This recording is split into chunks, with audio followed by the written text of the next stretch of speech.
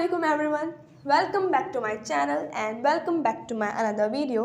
सबसे पहले तो आप सबको बहुत बहुत रमज़ान मुबारक। अल्लाह पाक आप सबके रोज़े कबूल फरमाए।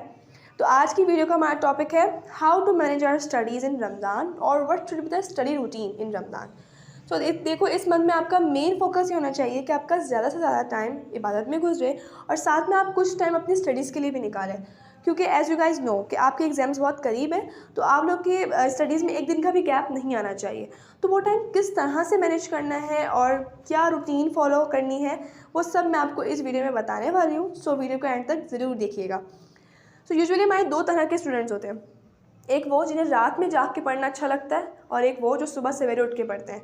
तो मैं दोनों के लिए अलग अलग रूटीन बताऊंगी कि वो किस तरह से अपनी स्टडी रूटीन मैनेज करें according to their mode of study. सबसे पहले तो हम बात करेंगे मॉर्निंग बर्ड्स के लिए।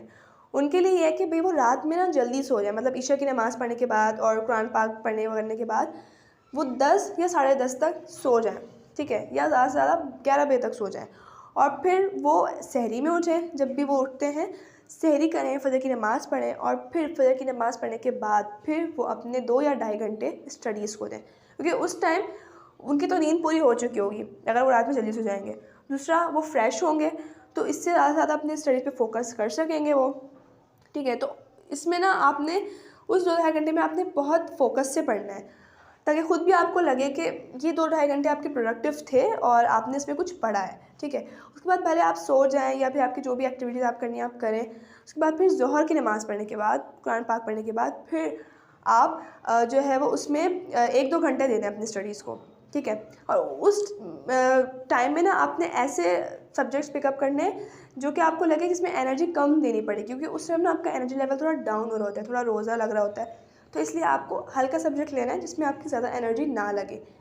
फिर वही आपने उसमें 2-2.5 घंटे देने, 2 घंटे देने या 1.5 घंटा आप जितना दे सकें दे दें।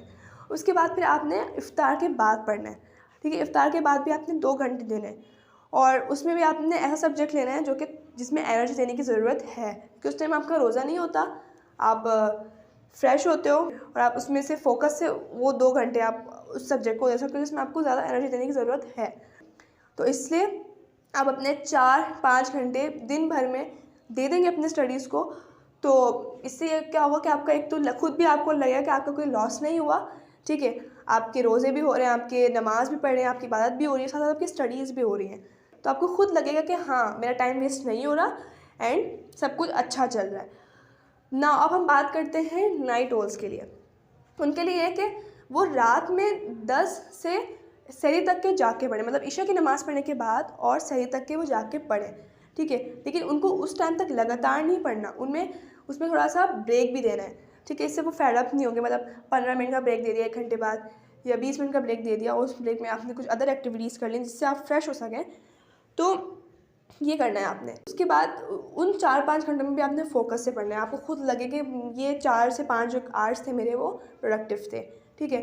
उसके बाद फिर आप सहरी तक जागें, सहरी करें, फजर की नमाज़ पढ़ें, फिर सो जाएं और फिर जब भी उठते हैं सुबह उठें।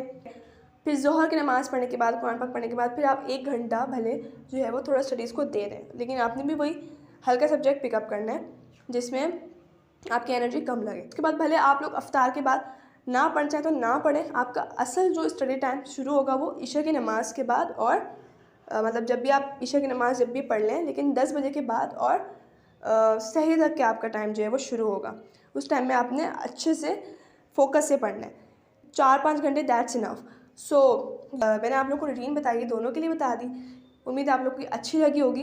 एंड इसमें ना ये नहीं है कि आप, बहुत से बच्चे बोलते हैं कि रमज़ान है कैसे पढ़ेंगे, तो इट्स ऑल अबाउट डेडिकेशन, कि आप कितने अपनी स्टडीज़ के लिए डेडिकेटेड हैं, कितने पैशनेट हैं। तो ये तभी सब कुछ पॉसिबल होता है कि आपकी सारी चीज़ें आप बैलेंस करके चलते हो। तो इस रूटीन को फॉलो करें, इंशाल्लाह दिस विल वर्क। और उम्मीद है आप लोग को वीडियो अच्छी लगी होगी। इसे लाइक कर दिएगा, चैनल को सब्सक्राइब कर दिएगा और बेल आइकन को प्रेस कर दिएगा। अल्लाह हाफ़िज़।